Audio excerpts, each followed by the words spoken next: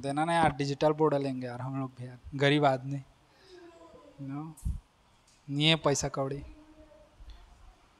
मांगे जहाँ कृपया डिजिटल बोर्ड के लिए चंदा दें गणेश चंदा। चलो हाँ, कल कहाँ कहाँ तक देखे थे हम लोग पिछला सेक्शन में? पूरा बन गया था उसका m×2l वाला। अच्छा न्यूमेरिकल हो गया, तो न्यूमेरिकल हो गया तो अब चलो आगे देखते हैं हम लोग। द्विध्रुव आघूर्ण के बाद हम लोग अब देख लेते हैं कुलाम चाचा को देखोगे? कुलाम के व्युत्क्रम वर्ग का नियम ये सब वगैरह देख लो, उसके बाद अक्षी निरक्षी में घुसेंगे, है ना। कुलाम का नियम देखो सब एक ही जैसा है। कुलाम का नियम हो गया, ये कुलाम का नियम 3 जगह लगता है। कहाँ कहाँ लगेगा? एक तो विद्युत के लिए लगता है, एक तो चुंबक के लिए लगता है, और एक गतिशील पिंडों के लिए लगता है। 3 जगह हम लोग का, है ना, कुलाम्स लॉ का यूज होता है ना। गतिशील पिंडों के लिए क्या होता था? माना 2 वस्तुएं जिनका द्रव्यमान m1 और क्या है m2 है, जिनके बीच का डिस्टेंस जो है, दूरी कितना है, r है। यदि उनके बीच लगने वाला बल क्या हो, F हो, तो वो निम्न बातों पर निर्भर करता है। पहला, ये F जो है इन दोनों के द्रव्यमानों के गुणनफल के अनुक्रमणपाती, वह इनके बीच की दूरी के वर्ग के व्युत्क्रमानुपाती। कंबाइन करते थे तो F अनुक्रमानुपाती m1 m2 बटे r², ऐसी आता था, है ना। अब उसके बाद नियतांक इसको हटाते थे तो हम लोग का g लगता था, g m1 m2 बटे r², जहां g जो है वो क्या होता था? गुरुत्वीय नियतांक होता था, है ना। ग्रेविटेशनल को क्या है, कांस्टेंट, है ना, ये होता था, ठीक, m1 m2। उसके बाद हम लोग इसको लेके आए 12वीं में, 11वीं में तो पढ़े हो ना ग्रेविटी वाले चैप्टर में। उसके बाद हम लोग आए 12वीं में, 12वीं में इसको खींचतान के लेके आए, 12वीं में खींचतान के लेके आए कहाँ पर? पहले चैप्टर में। यदि 2 बराबर परंतु विपरीत आवेश, मतलब हम लोग वैद्युत द्विध्रुव ले सकते हैं, है ना। 2 आवेश ले सकते हैं Q1 और Q2, हम लोग परिमाण नहीं ये नहीं देखते क्या है, तो Q1 और Q2 लेते हैं। 2 आवेश Q1 Q2 जिनके बीच का जो डिस्टेंस है वो क्या है? R है। तो इन पर लगने वाला जो बल है वो 2 बातों पर निर्भर करता है। पहला, इनके आवेशों के गुणनफल के अनुक्रमानुपाती, व इनके बीच की दूरी के वर्ग के व्युत्क्रमानुपाती। जब हटाते थे तो F अनुक्रमानुपाती Q1 Q2 बटे r² आता था। फिर F का मान आता था इंटू K Q1 Q2 बटे r² आता था ना। अच्छा, K का मान प्रयोग से हम लोग का कितना आता था? 1/4 पाई एप्सिलॉन नॉट, जहां एप्सिलॉन नॉट क्या था? वायु या निर्वात की विद्युतशीलता, है ना, जिसका मान कितना आता था? 9 × 10⁻9। याद रखना ना, सबको अटैच कर रहा हूँ एक साथ, है ना। तो हम लोग का डायरेक्ट आंसर क्या आता था? F बराबर 1/4 pi epsilon not into Q1 Q2 बटे r², ये आता था। यदि दोनों आवेश एक जैसे हों तो हम लोग का Q1 Q2 जो बराबर हो जाता था Q के, और हम लोग का आंसर आता था F बराबर 1/4 pi epsilon not into Q² बटे r², ऐसे आ जाएगा। अगर दोनों एकांक आवेश है, दोनों सेम सेम है तो आएगा ना। या इसी को ऐसे भी कर सकते हैं, इंटू Q बटे R का होल स्क्वायर, कैसे भी लिख सकते हैं। बाकी हम लोग का अगर अलग अलग आवेश लेते थे तो ऐसे लेते थे, ये वाला Q1 Q2 बटे r², इतना तक लेते थे। ये कहां तक था? कहां तक था? हाँ, अब हम लोग का यही जो द्रव्यमान के लिए m1 m2 था, अब यह किसका आ जाएगा? ध्रुव प्राबल्य के लिए आ जाएगा, है ना। अब ये किसके लिए आएगा? ध्रुव प्राबल्य के। तो सेम प्रोसेस है हम लोग का। मान लो एक चुंबकीय द्विध्रुव, ध्रुव लोगे, चुंबकीय द्विध्रुव जिसका ध्रुव प्राबल्य m1 और क्या है, इनके बीच की दूरी क्या है? r है, और इन पर लगने वाला बल 2 बातों पर निर्भर करेगा। पहली बात, ये जो बल है ये दोनों ध्रुव प्राबल्यों के गुणनफल के क्या होगा? अनुक्रमानुपाती। साथ ही साथ इनके बीच का जो दूरी है उसके वर्ग के क्या होगा? व्युत्क्रमानुपाती। जमा के लिखोगे तो F बराबर m1 m2 बटे क्या हो जाएगा? r²। अनुक्रमानुपाती में अनुक्रमानुपाती हटाओगे तो नियतांक आएगा K m1 m2 बटे r²। फिर K का मान है हम लोग को हल करना फाइनल, है ना। तो अब हम लोग देखेंगे कुलाम का नियम किसके लिए? चुंबक के लिए। तो हेडिंग डालो कुलाम का व्युत्क्रम वर्ग का नियम। हाँ, व्युत्क्रम वर्ग का, या कूलाम का नियम करोगे वही 6 बराबर है। कूलाम का नियम ही डाल दो, चलो व्युत्क्रम वर्ग का नियम तो है क्योंकि आर तो व्युत्क्रम हो रहा है अपोजिट, कूलाम का नियम कर दो। चलो कूलाम चाचा का नियम,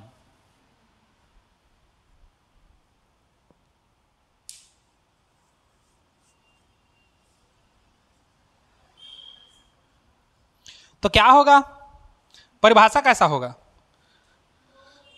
जैसे उसमें होता था किन्हीं दो आवेशों के बीच लगने वाला बल उन आवेशों के गुणनफल के अनुक्रमणपाती व उनके बीच की दूरी के वर्ग के, सेम इसमें भी आएगा, किन्हीं दो ध्रुवों के बीच लगने वाला जो बल है उन ध्रुवों के ध्रुव प्राबल्य के गुणनफल के अनुक्रमणपाती व उनके बीच की दूरी के वर्ग के व्युत्क्रमानुपाती होता है। ठीक, तो उसी को लिखना है। तो इसका परिभाषा आ जाएगा किसी दो चुंबकीय द्विध्रुव, क्योंकि हम लोग लेंगे यही चुंबकीय, वही समझ रहे हो ना है ना, किन्हीं जो चुंबकीय ध्रुवों कर दो, द्विध्रुव नहीं, द्विध्रुव करोगे दो ठो हो जाएगा, चुंबकीय ध्रुवों कर दो, किन्हीं दो चुंबकीय ध्रुवों के बीच जो लगने वाला बल है, लगने वाला बल उन, हाँ उन ध्रुवों के गुणनफल के क्या होगा, अनुक्रमानुपाती, गुणनफल के अनुक्रमानुपाती व उनके बीच की दूरी, जो डिस्टेंस लोगे r, उनके बीच की दूरी के वर्ग के क्या रहेगा, व्युत्क्रमानुपाती होता है।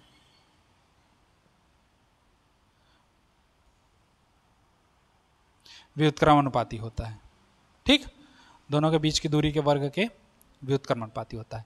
ठीक, इसी को हम लोग कूलाम का क्या कहते हैं, नियम कहते हैं। जैसे मान लो हम लोग का एक नॉर्थ पोल साउथ पोल है ऐसे करके, जिसको हम लोग ए बी करके दिखा दे रहे हैं, चलो ए और बी, इसका ध्रुव प्राबल्य हम लोग क्या ले लें, m1, इसका ध्रुव प्राबल्य क्या ले लें, m2, दोनों के बीच का डिस्टेंस कितना ले लेते हैं, r ले लोगे ना r, ये ऐसा है मान के चलो, ठीक, r ले, इनके बीच जो फोर्स लग रहा है वो क्या है, F है। ठीक, अब वो अट्रैक्शन है कि रिपल्सन है वो बाद में देखेंगे, है ना, ये हो गया। ठीक, तो अब हम लोग मानेंगे यहीं पर, मान के चलो, माना दो ध्रुव क्या है, m1 व m2 एक दूसरे से कितनी दूरी पर स्थित हैं, r दूरी पर स्थित हैं। यदि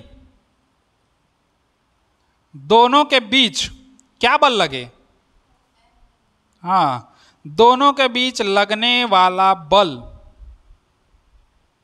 F हो, तो किसके नियम से, हाँ सीधा डाल दो, कूलाम के नियम से पहला समीकरण, F जो है अनुक्रमानुपाती होगा m1 और m2 दोनों गुणनफल के, और दूसरा F जो है अनुक्रमानुपाती होगा किसके, व्युत्क्रमानुपाती होगा, इसको मानेंगे समीकरण पहला, इसको मानेंगे समीकरण दूसरा। समीकरण 1 और 2 से दोनों को कंबाइन करेंगे, समीकरण 1 व 2 से कंबाइन कर दो तो F बराबर क्या हो जाएगा, सॉरी अनुक्रमानुपाती m1 m2 बटे r स्क्वायर, यही होगा। अनुक्रमानुपाती हटाओगे तो एक नियतांक लगेगा k इंटू m1 m2 बटे r स्क्वायर, परंतु k का जो वैल्यू है वो कितना के बराबर होता है, प्रयोगों से μ0/4 का पाई के बराबर, तो यहीं पर लिखना है a बराबर μ0/4 पाई इंटू m1 m2 बटे r स्क्वायर, हो गया ये। और μ0/4 पाई का वैल्यू कितना होता है, 10 की घात -7 होता है ना, हेनरी करके होता है, हेनरी मीटर स्क्वायर ऐसे करके, तो ये तो खैर अलग चीज है। और हम लोग का देख लो इसी में आगे, ये तो हो गया। अच्छा, μ0/4 पाई का वैल्यू कितना होता है, 10 की घात -7 हेनरी प्रति मीटर। अच्छा, एक चीज समझना इसमें, क्या हो गया, एक चीज समझना इसमें, ये वास्तव में ऐसा नहीं होता, वास्तव में म्यू नॉट का जो वैल्यू है ये होता है 4 पाई इंटू 10⁻⁻⁷ ऐसा होता है। लेकिन हम लोग क्या करते हैं, 4 पाई को इधर लाते हैं तो म्यू नॉट अपान 4 पाई कर देते हैं और दोनों का घात 10⁻⁻⁷ कर देते हैं। ठीक, बाकी वास्तव में ऐसा होता है, ऐसा। ठीक, लेकिन हम लोग इसको इधर ला देते हैं। तो ये तो खैर गणितीय कैलकुलेशन के लिए आएगा। तो ए बराबर हो जाएगा 10⁻⁻⁷ और m1 m2 बटे r², ये हो जाएगा। अच्छा, बल है तो मात्रक क्या होगा, सीधी सी बात, बल का मात्रक हमेशा क्या होता है, न्यूटन होता है, और कुछ हो नहीं सकता। ठीक, और यहीं से एकांक ध्रुव का परिभाषा भी निकल जाएगा अगर निकालना चाहो तो। क्या करोगे, सबको एकांक मान लो, m1 m2 को एक मान लो और डिस्टेंस को एक मान लो सबको। तो एकांक ध्रुव वह ध्रुव है जो वायु या निर्वात में 1 मीटर की दूरी पर स्थित समान परिमाण के सजातीय ध्रुव को 10⁻⁷ के न्यूटन के बल से क्या करे, प्रतिकर्षित करे। क्यों, क्योंकि एकांक मानोगे दोनों को, एकांक ध्रुव तो एक और एक दोनों प्लस प्लस होगा, और प्लस प्लस क्या करेगा, आकर्षित तो करेगा नहीं भाई, बचा क्या हमारे पास, प्रतिकर्षित। तो क्या करेगा, प्रतिकर्षित करेगा। ठीक, तो यहां पर अगर चाहो तो कर सकते हो, यदि कंडीशन लगा सकते हो, यदि m1 बराबर m2 बराबर m मान के चलते हैं और r को हम लोग कितना कर देते हैं, 1, तो f बराबर कितना हो जाएगा 10⁻⁷ m² बटे 1।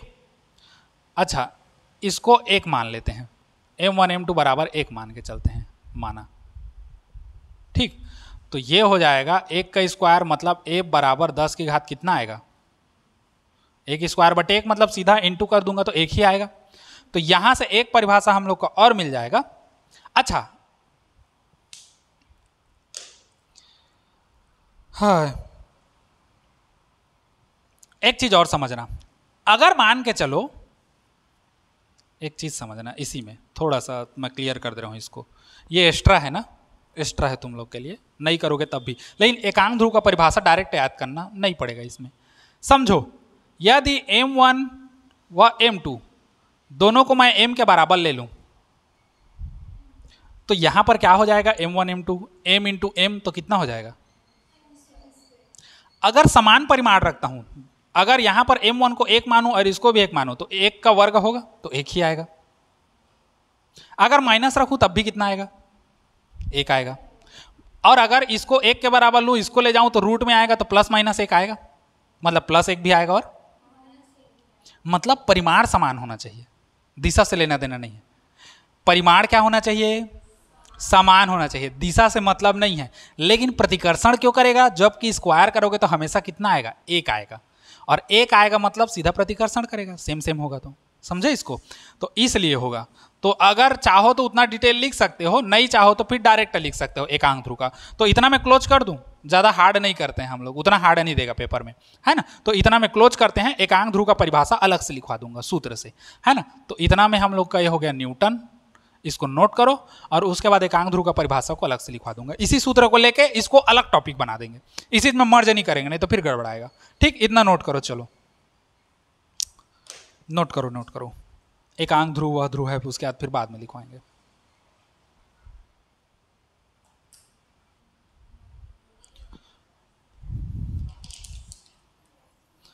अब देख लो एकांक ध्रुव को, एकांक ध्रुव को यहीं से अलग से डिफाइन कर देंगे एकांक ध्रुव को, है ना, तो वहां से क्लियर हो जाएगा।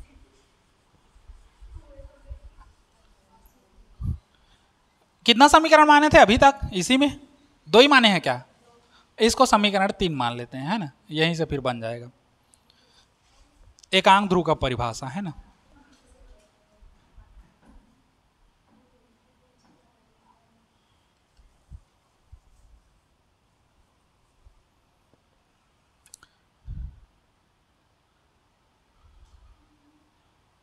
इसको याद रखना ना, ये पेपर में दे देता है 2 नंबर का, ये यूनिट पोल, यूनिट चार्ज, ये सब। एकांक ध्रुव, एकांक आवेश पढ़े हो, एकांक आवेश, एकांक ध्रुव, ये सब को दे देगा, एकांक वाला जो भी रहता है उसको, तो थोड़ा सा अच्छे से कर लेना, है ना। तो एकांक ध्रुव देख लो क्या है, समीकरण 3 से हमको पता है, या सीधा हम लोग कर सकते हैं, f बराबर 10⁻⁷ m1 m2 बटे r², ऐसी है। यदि हम लोग m1 व m1 बराबर m2 को हम लोग m मान लेते हैं, और r का मान 1 मान ले, तो हम लोग का f बराबर हो जाएगा 10 की घात -7, m1 m2 मतलब m मानोगे तो m का स्क्वायर बटे कितना हो जाएगा 1, r स्क्वायर 1 का वर्ग 1। अगर हम लोग देखो m स्क्वायर को 1 मानते हैं, ध्रुव को भी एकांक मान ले, तो m का जो मान होगा वो इधर आएगा तो ±1 होगा। मतलब यहां से हमको ये पता चल रहा है a बराबर 10 का घात कितना आ गया तो -7। मतलब एकांक ध्रुव वह ध्रुव है, एकांक ध्रुव वह ध्रुव है जो वायु या निर्वात में, क्योंकि ये म्यू नॉट क्या है वायु या निर्वात में, जो वायु या निर्वात में r का मान कितना माने 1 मीटर की दूरी पर स्थित एकांक ध्रुव वह ध्रुव है जो वायु या निर्वात में 1 मीटर की दूरी पर स्थित समान परिमाण, परिमाण क्या है समान, समान परिमाण के सजातीय ध्रुवों को, समान परिमाण के सजातीय ध्रुवों को 10 की घात -7 न्यूटन बल से क्या करता है प्रतिकर्षित करता है। आकर्षित तो करेगा नहीं, है ना। तो यहीं से परिभाषा निकलता है हम लोग का, एकांक ध्रुव जो है वह ध्रुव है जो, वह ध्रुव है जो वायु या निर्वात में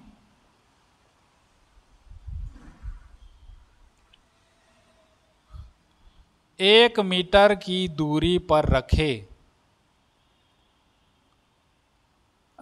समान परिमाण, समान परिमाण के सजातीय ध्रुव को, सजातीय ध्रुव को 10 की घात -7 न्यूटन बल से क्या करे प्रतिकर्षित करे। ठीक, तो एकांक ध्रुव वह ध्रुव है जो, सीधी सी बात है, वायु निर्वात में, ये हो कहां रहा है वायु निर्वात में, क्योंकि म्यू नॉट है। अगर माध्यम रहता तो म्यू नॉट ना होके क्या होता, खाली म्यू होता। जैसे हम लोग देखे थे एप्सिलॉन नॉट क्या था, वायु निर्वात की विद्युतशीलता, खाली एप्सिलॉन आता था तो माध्यम की विद्युतशीलता, सेम वही है। अगर म्यू नॉट आया तो वायु निर्वात की चुंबकनशीलता, चुंबकनशीलता है ना, क्योंकि चुंबक में आ गए हैं, और खाली म्यू आ जाएगा तो माध्यम की। ठीक, तो वही है हम लोग का। तो ये हो कहां रहा है, म्यू नॉट आया है मतलब वायु या निर्वात में। तो वायु एकांक ध्रुव वह ध्रुव है जो वायु या निर्वात में 1 मीटर की दूरी पर स्थित समान परिमाण के सजातीय आवेश को 10, क्योंकि समान परिमाण का है, लेकिन जब स्क्वायर कर रहे हैं तो एक ही आ रहा है सजातीय, समान परिमाण के सजातीय आवेश को 10 की घात न्यूटन बल से -7 न्यूटन बल से क्या करे प्रतिकर्षित, क्योंकि सजातीय है तो प्रतिकर्षण होगा। अच्छा विजातीय होता तो आकर्षण होता। समझ गए इसको, चलो इसको नोट कर लो। उसके बाद हम लोग चुंबकीय क्षेत्र देखते हैं, फिर चुंबकीय क्षेत्र की तीव्रता देखते हैं, और फिर आज इतना ही देखते हैं, ये लंबा जाएगा थोड़ा, नोट कर लो। चलो कबूल है तो हो कहीं, अरे याद करके रखूंगा नहीं हो तुम्हारा का बोला, तुम नान लड़का अभी पीएल नहीं छोड़ेगा चलो एकांक ध्रुव हो गया। अब हेडिंग डालो चुंबकीय क्षेत्र। जैसा विद्युत क्षेत्र को हम लोग डिफाइन करते हैं ना, सेम प्रोसेस है। इसीलिए मैं बोला अगर विद्युत को अच्छे से पढ़ लिए ना तो चुंबक भी हो जाता है हम लोग का। चुंबक आधा खत्म हो जाता है विद्युत में, क्योंकि वही इच्छा है। चुंबक को पढ़ लिए, विद्युत को पढ़ लिए ना अच्छे से, एक चैप्टर को मस्त पढ़ दो सब, क्योंकि हम लोग का जैसा विद्युत क्षेत्र है, जैसा हम लोग का इलेक्ट्रिक फील्ड, वैसा ही हम लोग का क्या मैग्नेटिक फील्ड, जैसा हम लोग का इलेक्ट्रिक फील्ड का इंटेंसिटी रहेगा, है ना, वैसे ही मैग्नेटिक फील्ड का भी क्या रहेगा इंटेंसिटी रहेगा। ठीक, जैसे हम लोग का डाइपोल रहेगा विद्युत द्विध्रुव, वैसा ही हम लोग का क्या रहेगा चुंबकीय द्विध्रुव मैग्नेटिक डाइपोल। जैसा हम लोग का विद्युत द्विध्रुव आघूर्ण रहेगा मूवमेंट, वैसा ही इसका भी क्या रहेगा डाइपोल मूवमेंट, आघूर्ण चुंबकीय द्विध्रुव आघूर्ण। सेम हो गया, कितना टॉपिक सेम हो गया, 1 2 3 4। जैसा इसमें अक्षीय स्थिति रहेगा वैसा ही इसमें भी अक्षीय स्थिति रहेगा, समझे। जैसा इसमें निरक्षी रहेगा वैसा ही इसमें क्या होगा, निरक्षी रहेगा। बस अक्षीय में Q1 Q2 लेते थे, यहां पर हम लोग M1 M2 लेंगे, बस बाकी तो सेम है, समझे। इसके लिए हम लोग आघूर्णक द्विध्रुव के लिए क्या लेते थे, P लेते थे। इसके द्विध्रुव के लिए क्या लोगे, कैपिटल M लोगे। यहां पर डिस्टेंस हम लोग 2a लेते थे, यहां पर डिस्टेंस क्या लोगे, 2l लोगे, क्योंकि प्रभावी लंबाई सॉरी, ठीक सेम सेम है। जैसा यहां पर विद्युत बल रेखाएं होता था ना, इलेक्ट्रिक लाइन ऑफ फोर्स, वैसा ही यहां पर क्या हो जाएगा, चुंबकीय बल रेखाएं हो जाएगा, मैग्नेटिक लाइन ऑफ फोर्स, समझे। सेम सेम है। कितना टॉपिक, 1 2 3 4 5 6 7 3 3 6 7 टॉपिक हो गया क्लियर। और क्या चाहिए तुमको जिंदगी में, एक लोटा जल, सारी मुश्किलों का हल। गलत जगह गए, सॉरी प्रदीप मिश्रा हम पहुंच जा रहे हैं। जैसा हम लोग का क्या है, विद्युत फ्लक्स है, हाँ वैद्युत फ्लक्स वही है, वैसा ही हम लोग का क्या होगा, और क्या लोगे जिंदगी में, ठीक। तो यही सब है हम लोग का, सेम टू सेम। वहां पर जैसे एप्सलान आता था, यहां पर म्यू नॉट म्यू आएगा, फिर इसका अपडेटेड वर्जन आएगा म्यू आर, ठीक। इसको आगे पढ़ेंगे, म्यू आर, ठीक, म्यू इंटू आर, ठीक।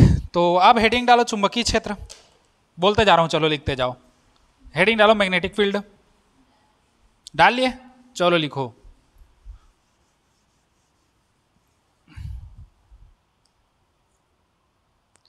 किसी चुंबक के चारों ओर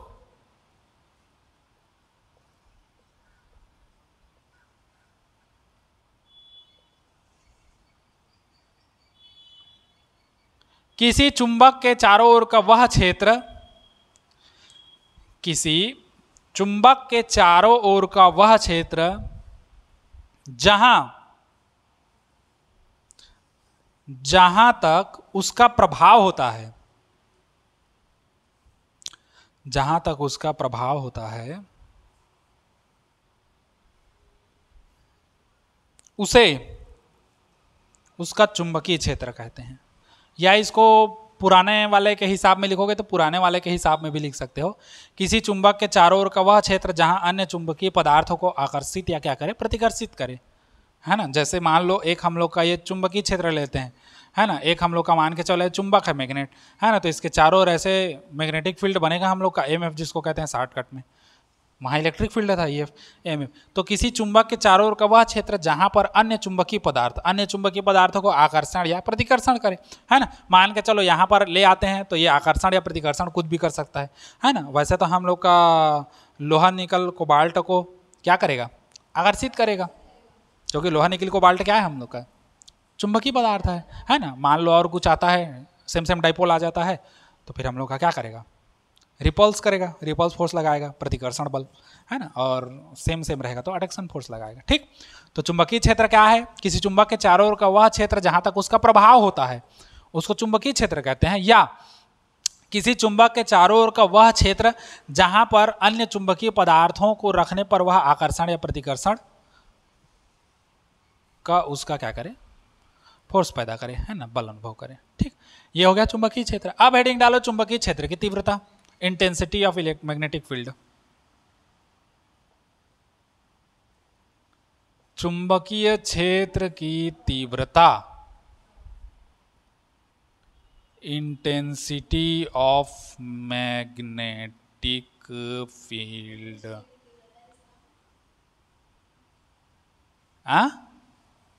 चुंबकीय क्षेत्र, हाँ हो गया।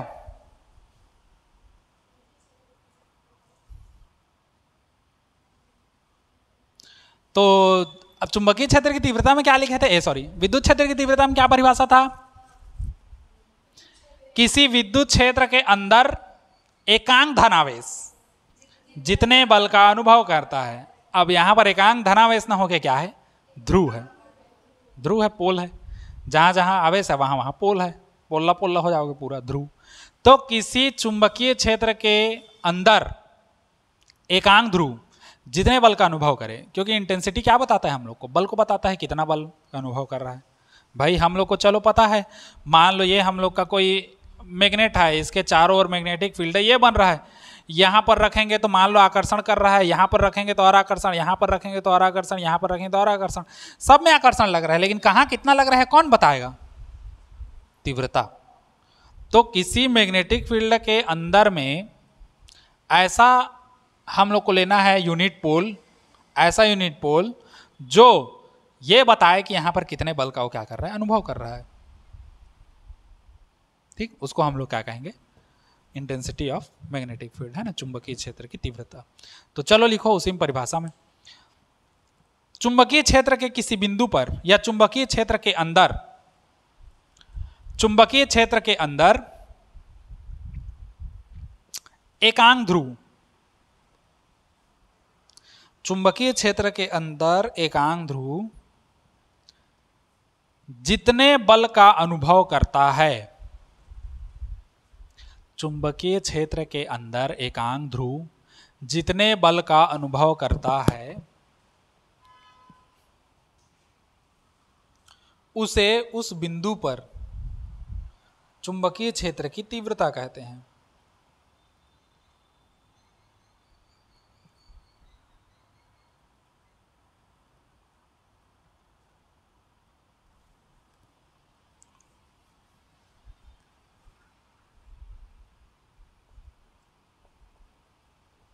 हो गया। इसको किससे प्रदर्शित करेंगे, बी वेक्टर से प्रदर्शित करते हैं। अब सीधी सी बात है, वेक्टर लग रहा है मतलब क्या है, सदिश राशि है। तो दूसरी एक ऐसी राशि होगी, सदिश राशि होगी। और सदिश राशि होगी तो दिशा तो होगा ही, दिशा किधर होगी, उत्तरी ध्रुव की ओर। नोट कर लो, चलो हालांकि दिशा देने की जरूरत नहीं है, बाकी लिख ले रहा हूं, उत्तरी ध्रुव की ओर। बस तुम लोग सदिश सदिश को याद रखना, क्योंकि वाइवा में इसी फंसाता है, सीधा बोलेगा फलाना सदिश है कि अदिश, ढेकाना सदिश है कि अदिश, ये अदिश है कि सदिश, वो अदिश है कि सदिश, कौन सदिश कौन अदिश कौन, पूरा खत्म हो जाता है पूरा बुद्धि इसमें, अदिश सदिश में। हाँ हाउ जी,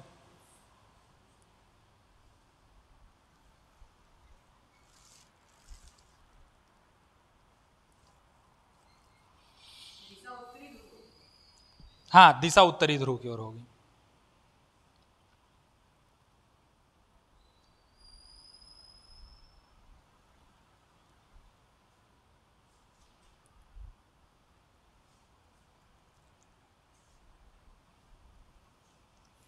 ठीक, अब आते हैं हम लोग कहां, चुंबकीय बल रेखाएं, मैग्नेटिक लाइन ऑफ फोर्स। देखो क्या है,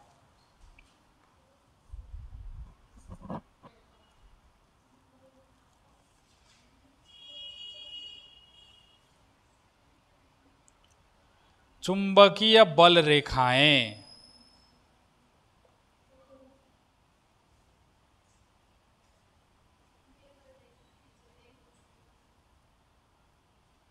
मैग्नेटिक लाइन ऑफ फोर्स क्या है, हेडिंग डालो चुंबकीय बल रेखाएं। जैसा वैद्युत बल रेखा में देखे थे, वैद्युत बल रेखा में देखे थे ना, लगभग लगभग सेम है, अंतर नहीं है। वैद्युत बल रेखा में क्या था,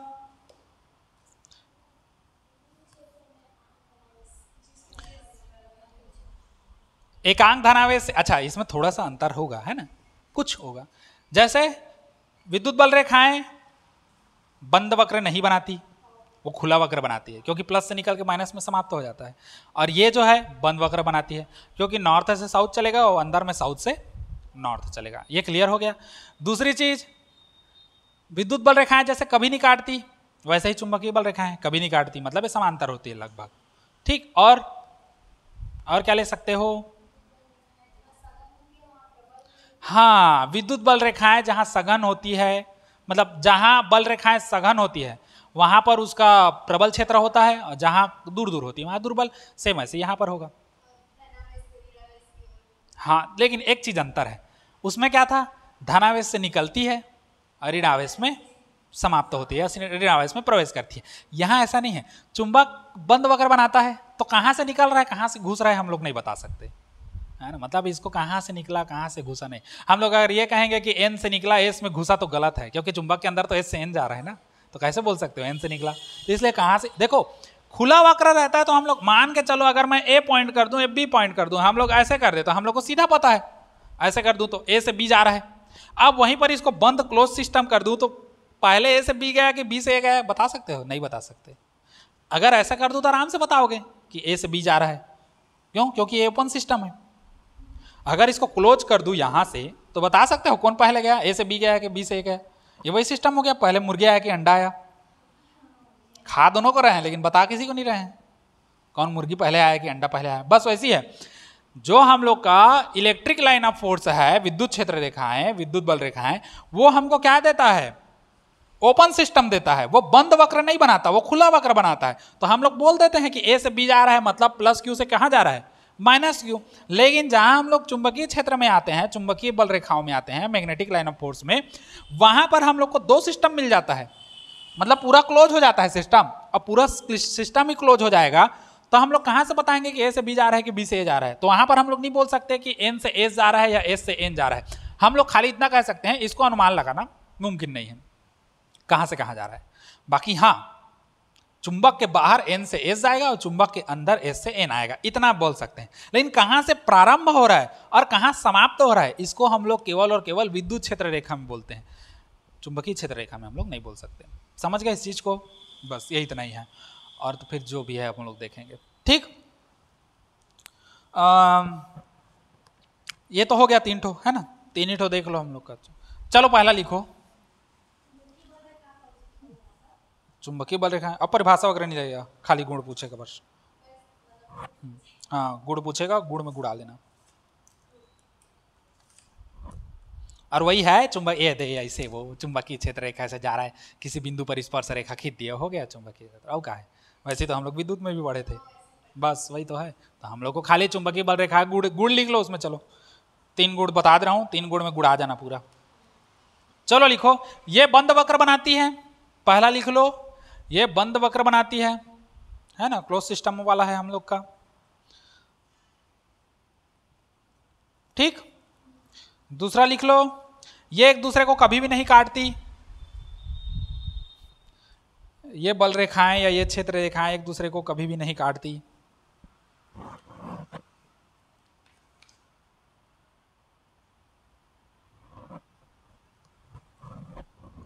हो गया।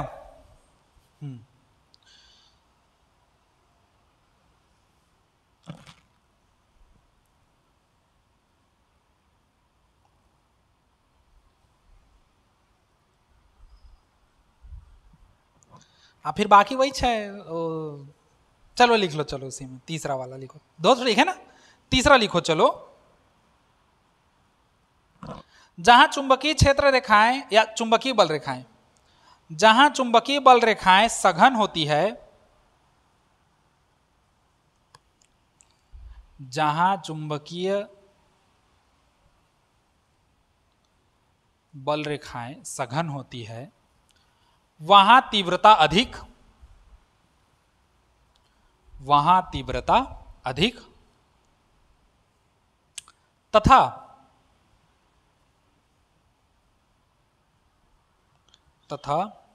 जहां चुंबकीय बल रेखाएं विरल होती है, मतलब कुछ दूर दूर समझ जाओ, है ना, सघन है तो विरल करके लिखवा दिया हूं, बाकी वही है। जहां चुंबकीय बल रेखाएं विरल होती है, वहां तीव्रता, तीव्रता मतलब समझ गए ना, चुंबकीय तीव्रता, वहां तीव्रता कम होती है।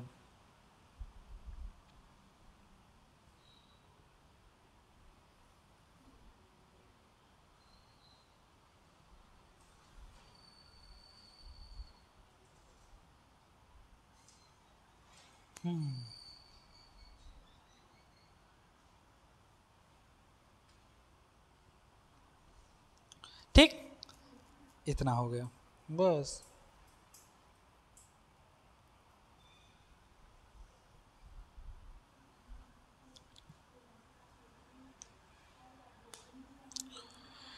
और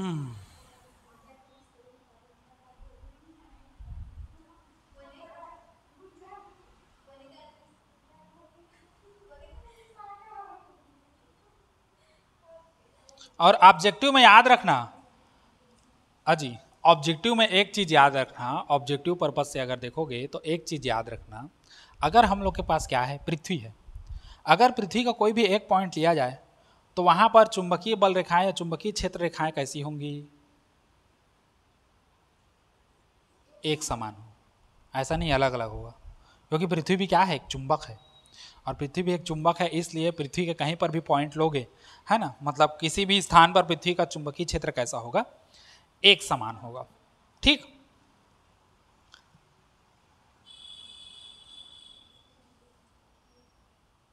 आज इतना ही देखें। ठीक, कल जब आओगे तो कल हम लोग फिर देखेंगे वो वाला क्या कहते हैं, अक्षीय स्थिति और निरक्षीय स्थिति, है ना, कल में अक्षीय निरक्षीय को खत्म करेंगे। हाँ, पृथ्वी के किसी भी बिंदु पर या किसी भी स्थान पर चुंबकीय क्षेत्र की तीव्रता एक समान होती है, हो सकता है ऑब्जेक्टिव में दे दिया जाए, तो इसलिए पहले से नोट कर लो। ठीक, आज इतना ही देखो, बाकी अब कल देखेंगे।